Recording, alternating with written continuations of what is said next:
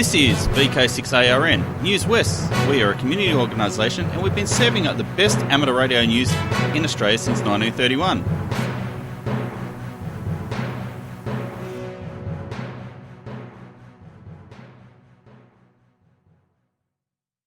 Hi, this is Clinton, VK6FCRC, and this is Newswest for the 2nd of July 2023. Now over to Steve Kennedy, VK6SJ with Did You Know?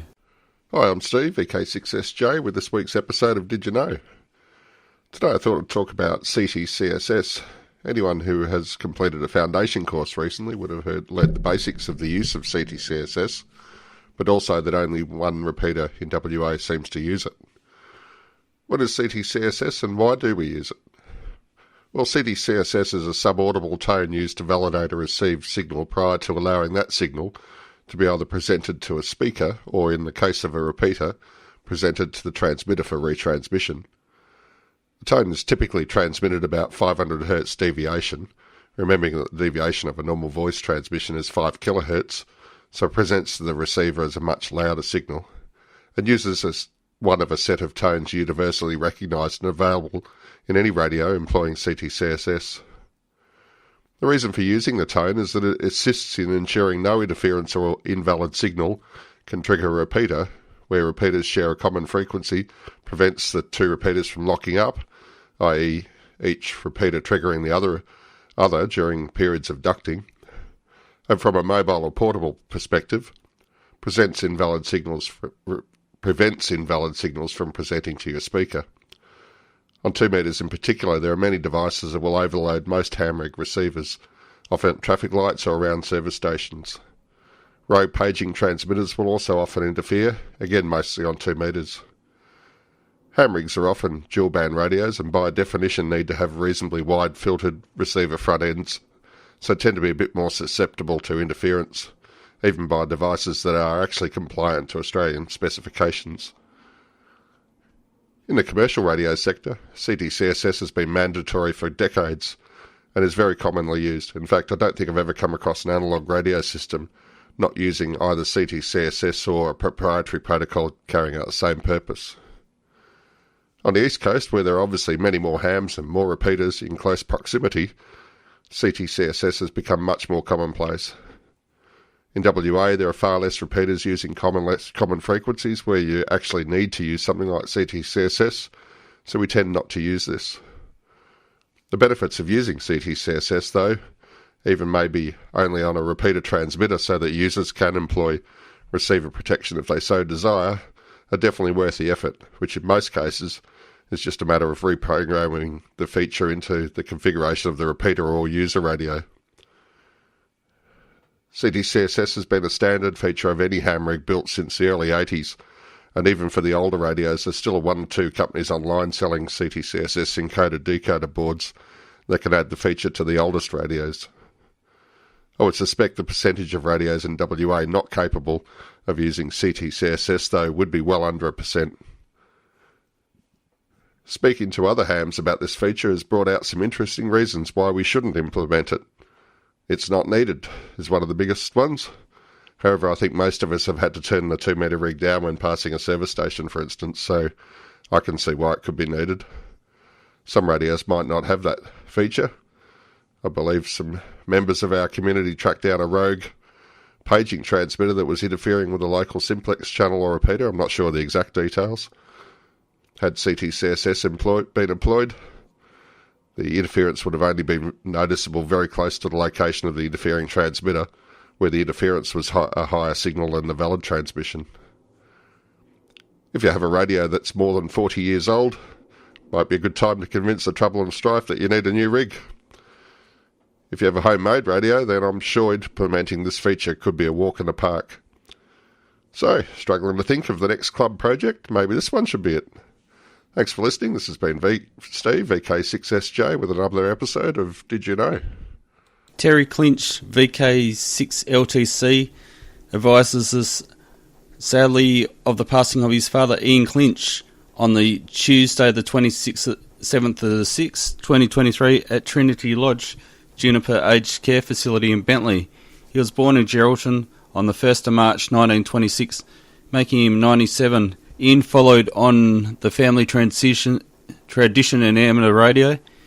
His dad, Gladstone VK6JR, or JP from memory, was a long time ago and achieved his licence in 1954, a full call with Morse, and was given the VK6CL call sign, Crayfish Legs, as he was known by those who knew him well, or were on holidays with us camped out at the mouth of the Greenock River, feeding on lovely cooked local caught crayfish. There was more humour in ham radio back then. He loved amateur radio and was keen contester, scoring well in worldwide contests, as well as the local RD contestants. Others. He always had a mobile transceiver, a pole or two, and some wire stacked away in the trailer. Usually some old military radio, as most did in those days.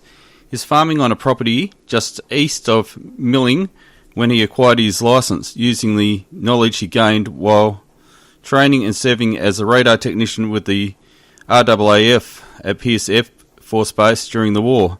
He built all his own amateur gear and a 60-foot self-standing tower to which he bolted a huge VK6GU beam with assistance from the beam builder and good friend John Harlock, VK6GU.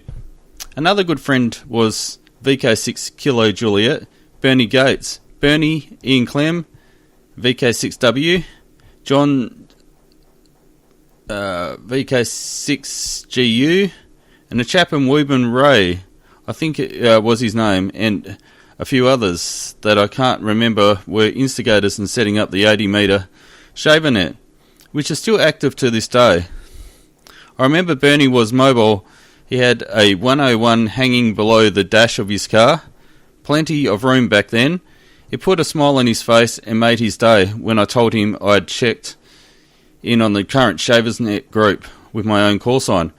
Moving on and using his electronic knowledge, Ian was responsible for introducing HF radio to the local civil defence group, mining companies, government departments such as the Country Medical and Community Health Services, and SESWA travelling the state in a converted, non-insulated Bedford Craven AE van, installing servicing HF radio systems statewide. He was married to Roma, XYL, deceased for 70 years, 1947 to 2015, who reluctantly allowed him to pursue his ham radio hobbies.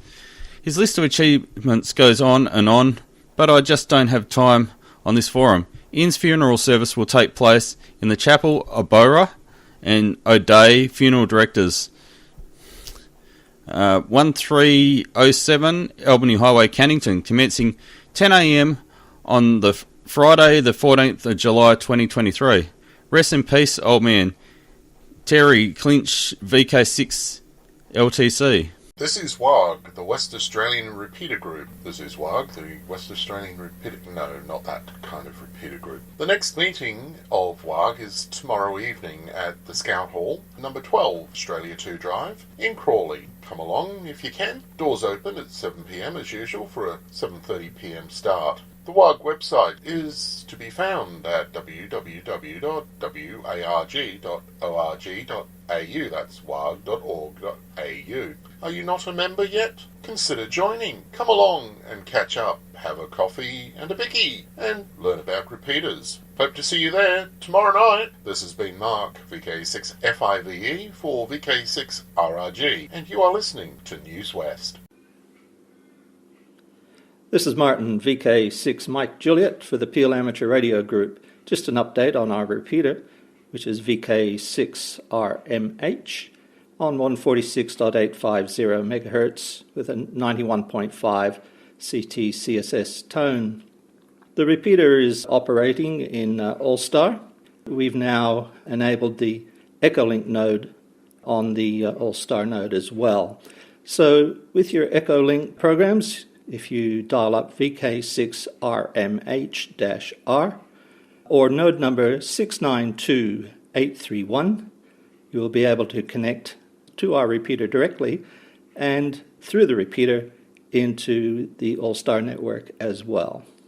Martin, VK6 Mike Juliet for the Peel Amateur Radio Group.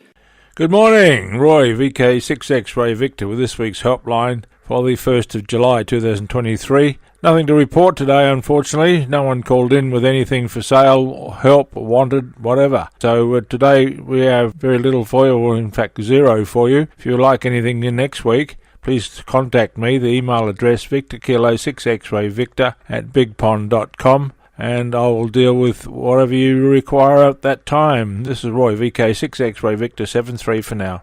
I'd like to thank all the volunteers, contributors and broadcasters each week, as without you it wouldn't be possible to produce the weekly news. Please remember to send your contributions into Newswest at vk6.net before midday Fridays. Also, before I go, remember Newswest is also available now as text on the vk6.net website. And I'm VK6FCRC. Please stand by after the idents for callbacks.